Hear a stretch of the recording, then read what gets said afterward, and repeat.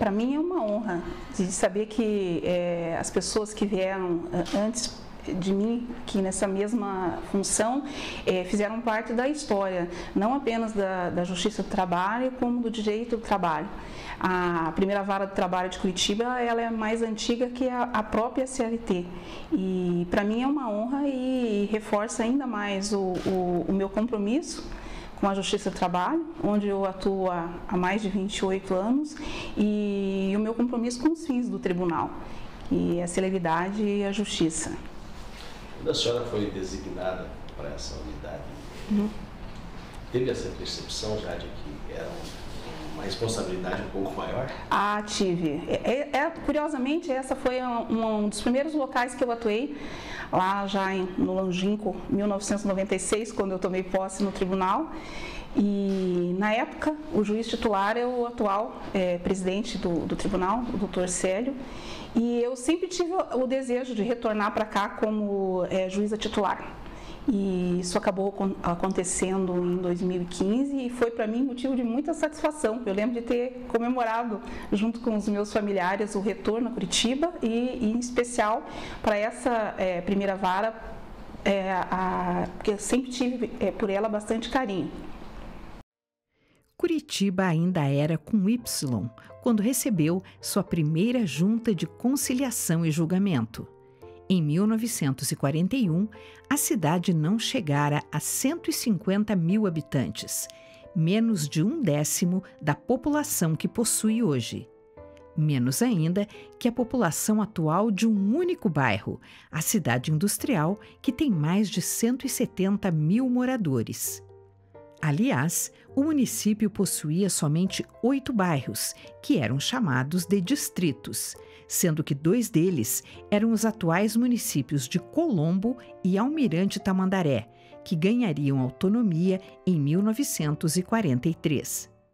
A população de todo o Paraná, 1.230.000 habitantes, era menor que a atual população da capital, e 3/4 viviam em áreas rurais. A junta foi instalada em 1º de maio de 1941, decorrente do Decreto-Lei 6.596, de dezembro de 1940. Esse decreto, por sua vez, era um detalhamento do Decreto-Lei 1237, que criara a Justiça do Trabalho em 1939, conforme previsto na Constituição de 1934 e mantido na de 1937. A primeira junta de conciliação e julgamento era herdeira de uma estrutura antecedente que arbitrava as questões trabalhistas na cidade desde 1937. Nós tivemos o primeiro período, que foi de 1932, com a criação da junta. Quando chegamos em 1937, já houve um período um pouco mais diferenciado, porque nós tivemos a criação do Estado Novo, ou seja, o ato institucional de 1937 acabou com os governos estaduais e novamente estabeleceu as interventorias, as assembleias legislativas foram fechadas, o Congresso Nacional foi fechado e nos estados acabamos tendo, o governo era representado pelo interventor e tinha um conselho consultivo, que era um conselho deliberativo, que eram 5 membros, que valia pela Assembleia Legislativa. Na questão da jurisdição do trabalho, nós tivemos as relações entre capital e trabalho continuaram. Então tínhamos que estabelecer, novamente, tínhamos que ter um organismo que solucionasse os litígios. Aí, em 1937, foi aquele caso que eu contei já no meu livro, nessa obra que eu estou escrevendo, que cabia ao inspetor regional do trabalho a designação. E muitos não sabem que o Ney Leprevot foi nomeado como o primeiro juiz, presidente, não se falava em juiz, era presidente da Junta de Conciliação e Julgamento e tinha um suplente. E aí nomeava-se um vogal dos empregadores e outro vogal dos empregados. Então nós não podemos falar em juiz do trabalho nessa época, e sim presidentes de juntas de conciliação e julgamento subordinadas às inspetorias regionais do trabalho. O Álvaro Albuquerque, ele representou aqui no Paraná durante muito tempo, ele foi o inspetor regional do trabalho mais atuante no Paraná. E ele fez o seguinte, ele disseminou em todas as comarcas do Paraná as juntas. Não eram subordinadas ao juiz de direito, não.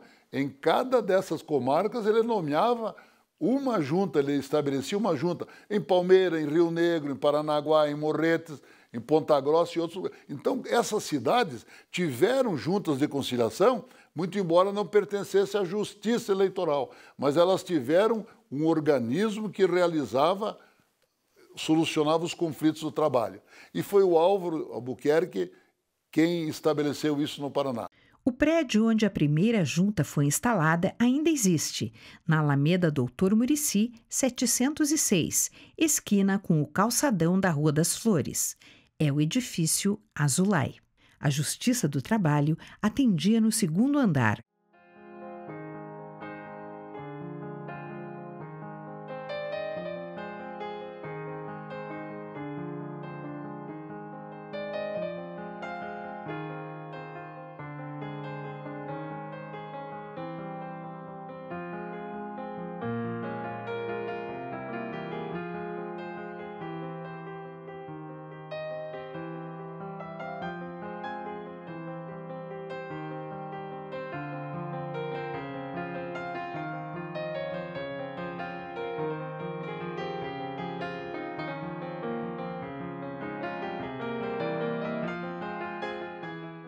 De alguma forma, aquilo devia ser enfrentado. Com o passar dos anos, isso desapareceu. Com a mudança da Justiça do Trabalho para Ébano Pereira, no prédio onde ela esteve há algum tempo, e essa mudança ocorreu no período que eu estava em Pato Branco, essa mudança, de certa forma, pôs fim a esse tipo de advocacia em que as pessoas eram constrangidas e muitas vezes enganadas, porque quem caçava os clientes e os reclamantes não diziam desde o início, olha, aqui vou te levar para um escritório de advocacia, ou vai ser um advogado, nada disso. Para muita gente, em muitos momentos, eu via isso, eu convivi com isso. As pessoas poderiam, até determinado momento, até não sei que fase da conversa e de assinatura de procuração e tudo, ainda acreditar que estavam já na Justiça do Trabalho. Esta é a reprodução da sala de audiências da primeira junta, no Centro de Memória do TRT do Paraná. A mobília é original. Nesta mesa trabalhava o juiz Jorge Ribeiro. Ele já era o juiz trabalhista de Curitiba antes da instalação da primeira junta, na estrutura incipiente anterior à organização que a Justiça do Trabalho teria a partir de 1939. Esse se tornou uma legenda em Curitiba, porque naquele período ele foi um dos juízes mais longevos que ficou à testa de uma junta. E ele era muito respeitado. Ele era um dos mais respeitados perante não só os advogados, perante os sindicatos, porque naquele tempo eram poucos advogados que litigavam, que militavam na justiça trabalhista. Eram mais os sindicatos que tinham seus advogados ou tinham seus representantes. Então, ele era respeitadíssimo não só pelos advogados, como pelos sindicatos e perante as autoridades. Ele representou uma figura exponencial, como se você tivesse hoje um presidente do Tribunal Regional do Trabalho que permaneça 10 anos no cargo. Não, vamos sempre reeleger aquele, porque é ele que está exercendo com sucesso a sua missão. Fica aí, Jorge Ribeiro, você é muito bom, fica aí. Depois tivemos o Breno Arruda, que é um outro que também foi uma figura maravilhosa, que deixou o nome. Eu não sei como é que ele não é nome de rua e de praça na cidade, porque o serviço que eles prestaram para Curitiba foi muito grande. O juiz Breno Arruda foi inicialmente suplente de Jorge Ribeiro, que tinha Mário Amaral como representante dos empregados. Rui Tiberê da Cunha representava os empregadores. O Rui Tiberê da Cunha é de uma família tradicional de Cunha. Tem o Monsenhor Celso, o Brasílio Tiberê e todo. E a família deles é uma família muito importante. E ele, parece que ele era um sujeito de muito bom trato. Então ele ajudava nas conciliações e demais. Então quando a gente consulta os diversos textos que nós temos, parece que ele favorecia muito para que se fizessem as conciliações. Então ele auxiliava muito o presidente da junta e colaborava muito também com o outro vogal, porque ele era muito bom, assim, simpático, não se alterava muito. Então ele tinha uma cultura superior, né? Manuel Ribas, que era o governador interventor do Estado Novo no Paraná, participou da cerimônia de inauguração da Junta de Conciliação e Julgamento, que foi breve. Também estavam lá o delegado regional do Trabalho, Álvaro Albuquerque, e o juiz Miranda Neto, do Conselho Nacional do Trabalho. No primeiro ano da junta, 285 processos foram julgados.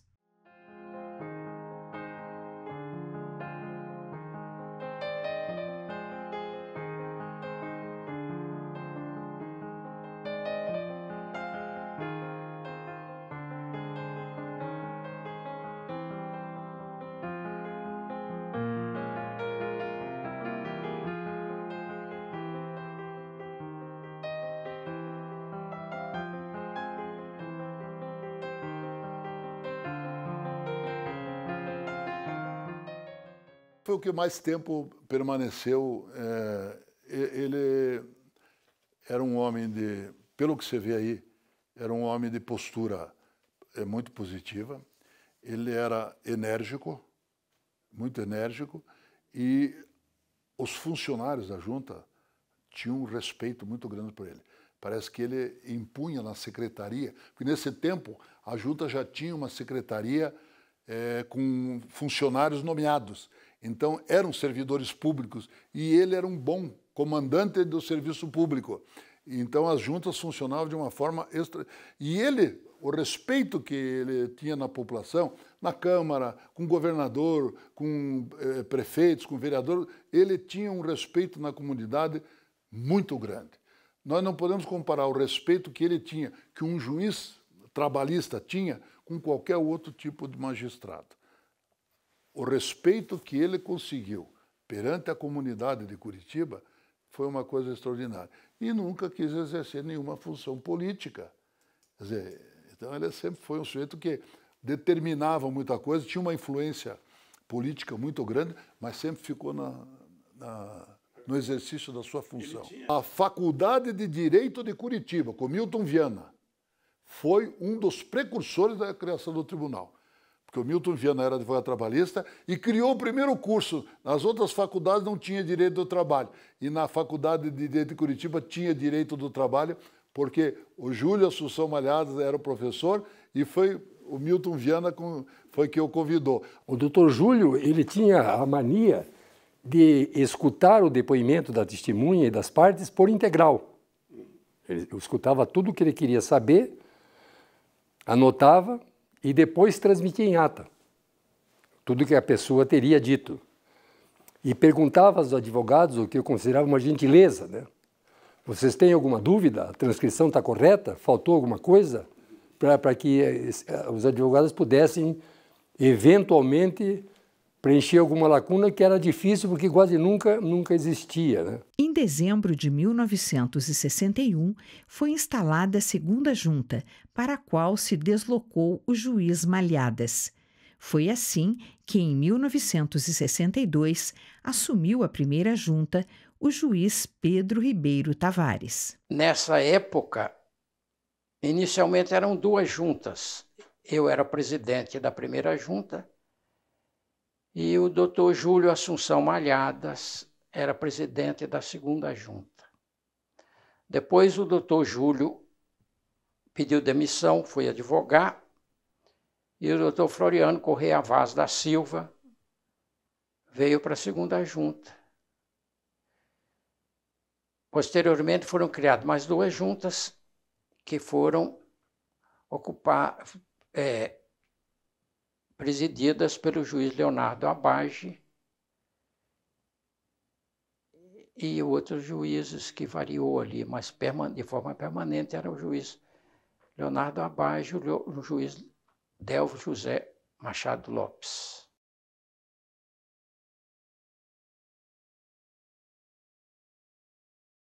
O que me marcou muito na minha vida profissional foi o Dr. Pedro Tavares, né? Eu tenho ainda como exemplo de magistrado. É um homem bom, um homem correto, um homem justo, equilibrado. Mas o que mais me marcou, né, no meu início profissional da atividade do Dr. Pedro Tavares é de que ele realizava as audiências e, ao final delas, ele, de pé, andando atrás da mesa, atrás do datilógrafo, ele ditava as sentenças. Então, no mesmo dia que ele realizava as audiências, as instruções, ele ficava de pé ditando as sentenças. Isso era uma marca que eu guardo até hoje e parece que eu estou vendo fazer isto na primeira vara do trabalho, da primeira Junta de Conciliação e Julgamento de Curitiba. Uma marca muito pessoal do Dr. Pedro Tavares. A grande figura no nosso regional do trabalho foi o Pedro Ribeiro Tavares. O Pedro era um cara, esse tribunal, metade do que ele existe se deve ao Pedro. Quando eu assisti a primeira audiência, eu era dirigente sindical, você veja só, na década de 60, eu me lembro que lá a gente assistia a audiência, tinha uma plateia, né? Plateia. E a gente mobilizava bancários para assistir as audiências lá. Elas eram comandadas pelo Pedro e pelo Floriano Vaz. Isso. Lá naquele... O juiz da primeira e da segunda junta. Isto. O Floriano, irmão do Geraldo. O Geraldo era datilógrafo do Pedro. Isso. E depois foi assessor dele bastante tempo. Né? O Pedro é a grande figura do Judiciário Trabalhista do Paraná. Eu tenho um profundo respeito e muitas boas lembranças do Pedro. Do Pedro eu me lembro, inclusive, quando o Geraldo respondeu a um processo na auditoria militar, o juiz era o Ramiro, um juiz da auditoria militar, que era um cara decente. O Pedro foi ser testemunha do Geraldo. Eu me lembro exatamente da chegada do Pedro Tavares lá na auditoria militar, naquela época, um juiz do trabalho. Ser testemunha de um cara que estava sendo processado pela ditadura militar.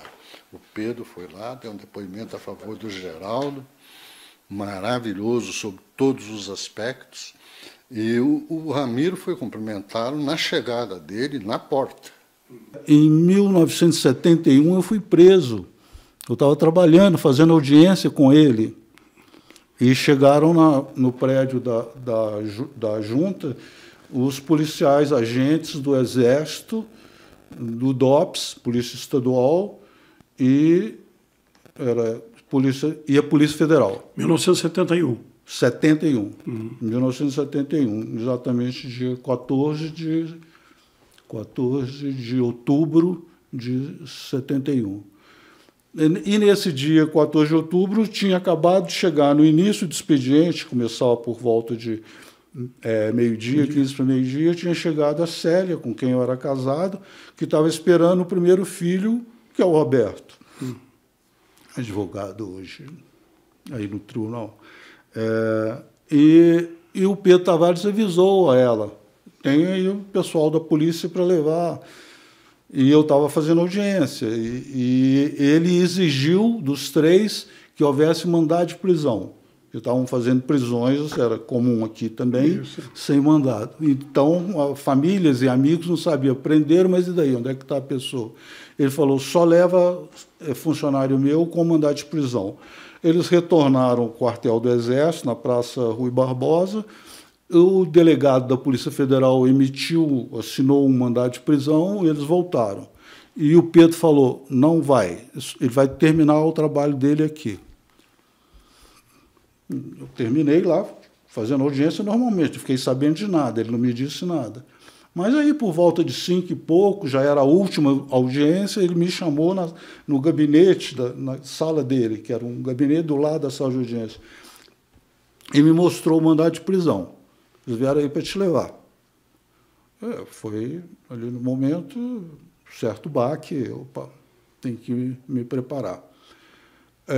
E ainda havia uma audiência para ser feita, e eu fui fazer a audiência, tomei alguns cuidados, tinha uma lista de nomes de gente que tinha contribuído para a soltura, para voltar à vida. Um colega nosso que cumpriu pena no AUD há algum tempo, Vitório Sorochuk, e, enfim, coisas desse gênero, e aí fiquei preparado. Terminada a audiência, aí me levaram. Era um democrata, né? Era, exatamente. Uma pessoa com tendência de esquerda, assim, mas culto, lia muito, e literatura, do modo geral, uma formação humanista, um perfil democrata de uma independência absoluta, eu sempre achei. Era uma das lições que ele me passava. Eu me lembro principalmente da diretora secretária. Havia uma vara só de trabalho e a diretora secretária, naquela época, só secretária, diríamos, era a dona Corina Portes. Olha, uma pessoa de uma humanidade profunda, de uma dignidade fabulosa, e que nos atendia, inclusive a mim, que era garota, praticamente um guri, atendia de forma que sempre permitia que desenvolvêssemos a nossa atividade de forma eficiente. Ou seja, conseguimos fazer as coisas. Pense que para um garoto naquela época, onde as fontes de informação eram muito pequenas, muito pequenas. Hoje nós vemos as crianças já formadas desde jovens. Televisão, jornais, revistas. Naquela época, os meios de comunicação, inclusive, eram incipientes. Então, a dona Corina procurava sempre não só permitir que o serviço fosse desenvolvido, como prestava assim, uma assessoria para que se pudesse estar sempre melhorando. E a relação era ótima, porque era tudo muito rápido, né? Entre o ajuizamento e audiência e sentença e recursos, 6 a 8 meses se resolvia uma questão. Eu fiz o meu concurso no Rio Grande do Sul, que na época tinha jurisdição também no estado de Santa Catarina, né? Foi no ano de 1970 que eu fiz o concurso. Aí fui aprovado e assumi como juiz substituto lá. E me mandaram jurisdicionar, substituir, na época, substituir em Santa Catarina. Aí, como fiquei um mês em Blumenau, depois um mês em Brusque, depois mais um mês em Tubarão, e depois me mandaram para Criciúma, né? E em Criciúma eu fiquei aproximadamente 5 anos, ou quase 5 anos em Criciúma, contando o tempo de juiz substituto e depois de titular. E só vim para Curitiba quando, na verdade, instalaram este tribunal, porque daí o doutor Pedro Ribeiro Tavares, que era o titular da então primeira Junta de Conciliação e Julgamento de Curitiba, ele veio integrar a composição, a primeira composição do tribunal. E aí vagou a primeira Junta de Curitiba. E aí eu pedi a minha remoção para a primeira Junta de Curitiba. E fiquei, eu acredito que eu tenha ficado também aproximadamente 5 anos na então primeira Junta de Conciliação e Julgamento de Curitiba, porque ao todo eu fiquei 10 anos como juiz de primeiro grau. Em 2026, quando o TRT da 9ª Região completar 50 anos, a primeira Junta de Conciliação e Julgamento de Curitiba completará 85 anos de serviço na Justiça do Trabalho.